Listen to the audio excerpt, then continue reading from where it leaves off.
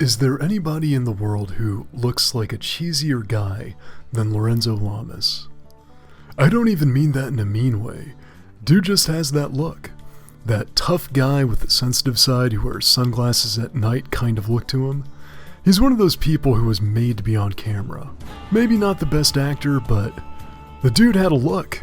And it might be a little dated these days, but for the era he was most popular in, yeah, it works. I remember back when I was a kid in the 90s, my dad would just dunk on Lorenzo Lamas constantly, calling him the soap opera-ist looking man in the world, and yeah, I mean, he wasn't wrong. But Lorenzo also had tough guy action movie ambitions, first starring in the supremely goofy Snake Eater before setting on a course that he would travel for most of the 90s with this absolute fiasco called Night of the Warrior. And I can't stress how weird this movie is. Not just the story, which is about Lorenzo Lamas being lured back into the underground fight to the death world after retiring by his evil promoter who's looking for a big payday. Like, all that sounds very typical of the era, at least in synopsis. What isn't typical, though, are the movie's artistic pretensions. Opening with these moody shots of homeless people on the streets of Los Angeles and abruptly transitioning to a half-naked Lorenzo Lamas doing karate in a church converted into a gym. And then we get a woman dancing intercut with Lorenzo riding his motorcycle, because, of course, he rides a motorcycle, to make his way to his final underground bare-knuckle fight. There's some real edgy early 90s music video vibes going on here, and everyone and everything looks just that little bit uncomfortably sweaty. It's definitely a vibe. So Lorenzo's character is named Miles Keene, and this is his last fight for this squirrely-looking guy named Lynch. And immediately we're in a fight scene that is not especially good or especially bad, but does feature one unintentionally funny moment where they fully effect a punch that obviously doesn't connect. Like, come on, that didn't even get near his face. So after some mud wrestling, a bite, and a spin kick KO, Miles tells Lynch that he's officially done with fighting since all his debts are paid off. Lynch gives him a dismissive look and walks away, and we cut to the source of the debts, which is this upscale sort of strip club that plays the goofiest 90s era electronic music to accompany dancers who are subjected to some of the equally goofiest choreography that you've ever seen. Apparently, Miles opened this club with a loan from Lynch and has been fighting for him in order to pay off the debt. We also meet Joy in this scene. She's a cokehead dancer who used to bang Miles. He's not interested in her anymore. So instead of getting high and banging it out with Joy, Miles goes to tell his mom, who apparently lives in the club, that he's paid off his debt and proceeds to dance with her to some loungy jazz music. And right here I feel it's necessary to point out that this actress is Arlene Dahl, Lorenzo Lamas' actual mother. And the scene, for some reason, just makes me a little bit uncomfortable. Abrupt cut to Miles riding his motorcycle to a diner where he stares like a weirdo at Catherine, the waitress who is talking to her boyfriend, when Miles pulls out his camera and begins to take candid photographs of her like an even bigger weirdo. When she comes to take his order, he asks her, "What's a girl like you doing with a trip like that?" You know, like an actual jerk. And then he tells her, "Life's short. How pays your rent?" And shockingly, she doesn't even ask him to leave after he basically insinuated that she's engaging in a compensated relationship. Meanwhile, Lynch is making a deal with Mr. Chang, the Asian mob boss who was watching the previous fight scene. He wants to see Miles fight one of his boys. So he hands Lynch some cash, and now Lynch is scheming to get Miles back in the fight game. Then we find out what Miles does when he's not illegally fighting or managing his strip club, and it's riding around on his motorcycle, taking candid pictures of the homeless. After an early morning of harassing the less fortunate, Miles returns to the diner where he previously harassed Catherine. He shows her his photography of homeless people, which apparently impresses her, and he tries to ask her out. She turns him down. He gives her the address to a strip club and tells her that she can meet him there if she changes her mind. And cut to a scene that would definitely get somebody canceled these days.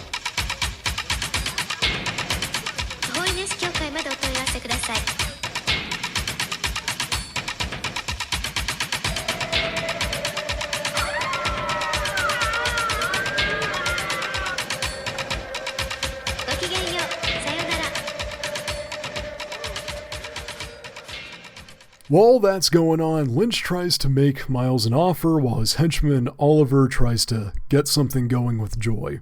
This all ends in a huge fight, which Catherine walks in on and conveniently witnesses Joy hugging Miles, gets the wrong idea, and runs off. Then in the next scene, Lynch's thugs show up and beat the crap out of Miles while he's processing the negatives of his photographs of homeless people, promising more beatings if he doesn't agree to fight for Lynch. It's actually a pretty brutal scene up until the last moment where Lynch shows up. I was very unhappy with the way things went earlier this evening. Embarrassing Oliver. Turning down my offer. I thought we had something, Miles. I hope you weren't just leading me on. Call me. In what will continue to be a running theme in this review, this scene made me a little uncomfortable. Miles then shows up back at the diner looking for Catherine, although I honestly can't remember if she actually tells Miles her name at any point during this movie. She's not there, but the cook, who is Catherine's uncle, tells Miles where she lives, which that seems like an unwise thing to do. Anyhow, Catherine is in the process of breaking up with her boyfriend when Miles shows up at her house, and somehow this works as she hops on his motorcycle instead of calling the cops to report a stalker. They end up at a Mexican restaurant where they dance sexy to the point that they enchant the waitstaff, which, ew. She goes home with Miles where they look at his photographs of homeless people again, and he waxes philosophically about his artistic process, which, of course, leads to Miles taking photographs of Catherine. And hold on, where is she getting these hats? Like, does Miles just have those, like, lying around in his living room? That's very strange. And I think we can all see where this scene is heading to. So, this not especially excessive love scene contains just enough nudity that I won't be showing it to you in its entirety. I do want to note here that Catherine is played by Kathleen Kinnemont, who was, at the time, married to Lorenzo Lamas. And knowing this adds a layer to this scene that does make me maybe slightly uncomfortable. On a different note, can we take a moment to appreciate the lighting here? Like, I really enjoy the idea that Lorenzo Lamas set up his seedy loft apartment with this Mario Bava-esque colored lighting. Like, back in the day before there were LED strips. Like, that is very funny to me. Anyways, Catherine wakes up the next morning to witness Miles doing karate shirtless. Also, Miles has daddy issues. Where'd you learn that? I've been doing it as long as I can remember. My old man got me started. You knew karate? No, he was a boxer. I learned karate to piss him off. Anyhow, there's extraneous scenes after this of Miles ambushing his new girlfriend at her job, and Lynch scheming before we get to what I think is the first real crowning moment of strangeness in Night of the Warrior, where Miles gets his ass kicked by a legless man.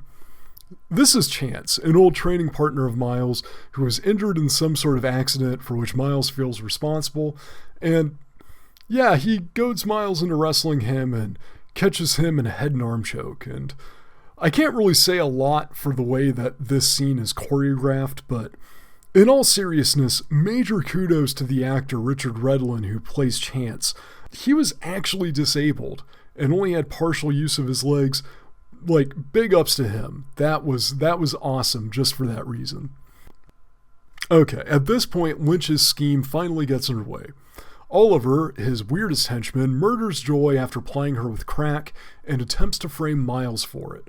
Miles proceeds to rush into Lynch's nightclub and beats the hell out of everyone until Oliver and Lynch confront him, revealing that Chance is working for them.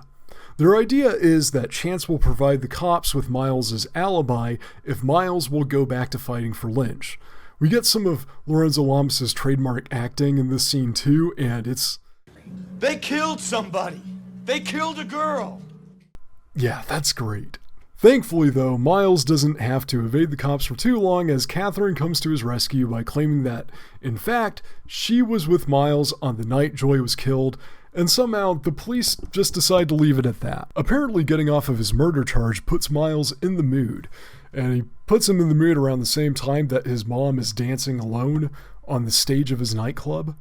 And this setup leads to the next crowning moment of strangeness in Night of the Warrior, where Miles and Catherine bang it out in an alleyway on top of his motorcycle, and this is intercut with Miles's mom getting slapped around by Lynch and Oliver. And again, that metatextual layer of these actresses being Lorenzo's wife and his mother, it makes me uncomfortable. As if beating up his mom wasn't enough, Lynch kidnaps Catherine to ensure that Miles will show up to the fight, which he does. What follows is a pretty decent fight scene set in some sort of a power plant, but this isn't even the climax of the movie, as Lynch then proceeds to try to hang Miles after Miles wins the fight, for convoluted reasons.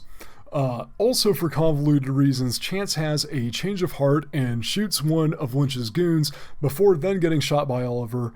Then a contrived set of circumstances leads to Catherine shoving Oliver into fully exposed hot electrical equipment or something. I'm not really sure what's going on here or why this thing is exploding, but that's how it is. And it's still not the end of the movie, which at this point is getting a little bit exhausting. So Lynch returns to the nightclub intent on killing Miles's mom, but he gets fooled by the old lump of pillows with a wig bit. Then he walks out of the club dance floor and Miles starts to taunt him by yelling at him and shining spotlights in his face. And let me just also take a moment to appreciate the lighting here as well, because it gives us some really choice shots of the actor Anthony Geary letting off spittle while he recites his lines. It's excellent, let me tell you. So after all this, Catherine shows up with the cops, and then Lynch shoots Miles, in plain view of them, and yeah. So the movie finally ends with Miles and Catherine apparently at a showing of his photography, and the credits roll over images that one supposes Miles took of various homeless people on the streets of Los Angeles. This was kind of a slog to get through. Honestly, the pacing of this movie really falls apart about halfway through, right around that first boinking scene. It kind of gets a little bit loose, but even that first half of the movie, I think really could have been tightened up a little bit. And I attribute a lot of this to the script that I think is trying to do a little bit too much. And it's not because it's trying to balance a romantic story with an action story, like Rocky did that, and that's a classic. But Night of the Hunter also features a number of B-plots, like Miles being an artist, and Miles being a club proprietor, and then there's the stuff happening with Joy, and stuff with Mr. Chang, and then there's the police scene, and then there's Miles's opera singing doorman who's actually just a homeless guy who lives in his alley. The story itself isn't really that complicated, but there's so many little incidentals, so many little character details and little tangents and side plots that they're all maybe a little less interesting than filmmakers thought. And that ends up feeling kind of bloated and, yeah, maybe a little exhausting, at least in hindsight. At the same time, though, I kind of like Night of the Warrior because of its overly ambitious script, which was written by, Thomas Ian Griffith. Yes, the man who played Terry Silver in Karate Kid 3 wrote the screenplay for this movie. And Danny Kamikona, Sato in Karate Kid 2, if you didn't know, is also here playing Mr. Chang. And with that, I think that we can place Night of the Warrior on a distant branch of the Karate Kid family tree. If you watched my Shoot Fighter review, you'll know that I enjoyed it in part because of its own connections to the Karate Kid, as well as its early 90s vibes. And while Shoot Fighter certainly has Night of the Warrior beat in terms of Karate Kid connections, Night of the Warrior is so 90s that it could disabuse you of your nostalgia for the decade, or at least for the first half. These dance scenes, man. And the music, also. You're not going to hear any of these tracks on one of those, 90s drum and bass compilations that are popular right now, but it's more than just the music and the dance scenes. You know, there's this pseudo-artistic pretension that was not really common in American-made martial arts movies, but it was common in a different genre, that being the erotic thriller, which was quite popular in the 90s. Before the internet was widely available and fast enough to stream videos of people doing people things together. So back then, if you were an average suburban dweller who wanted to see that, your options were to either go to the adult video store, which, for reasons of zoning or town covenants or whatever, would probably be an hour or so out of your way if you were driving, or you could go to the local video rental store and walk, in full view of everyone, into the adults only section, usually partitioned with one of those beaded curtains that would jingle just loudly enough to get the attention of everyone else in the store.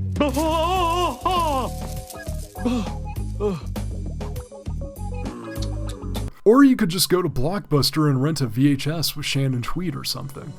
Something like maybe Night of the Warrior.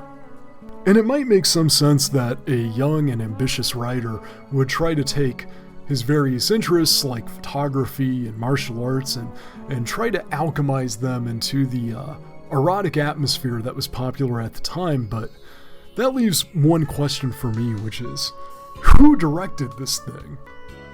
Well, that would be one Rafal Zelinsky, the esteemed Canadian auteur behind classics like Screwballs and Screwballs 2 Loose Screws. Yeah, Zelinsky started his career in the giggle and jiggle era of Canadian exploitation movies, which is a rabbit hole for another time, as is Zelinsky's filmography, which takes some really unexpected turns, like casting Yasmin Bleeth in her first role opposite Buddy Hackett in 1983's Hey Babe. I do love you, Sammy. And I want to prove it to you.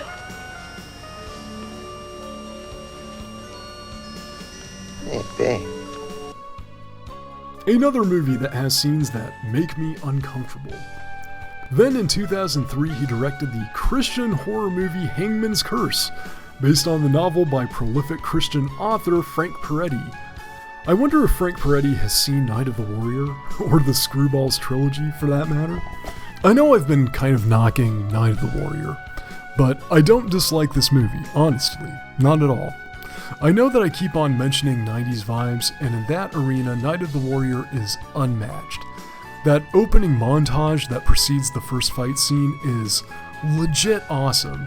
And while it does look kind of like a music video, it certainly doesn't look like any other American-made martial arts movie from the time.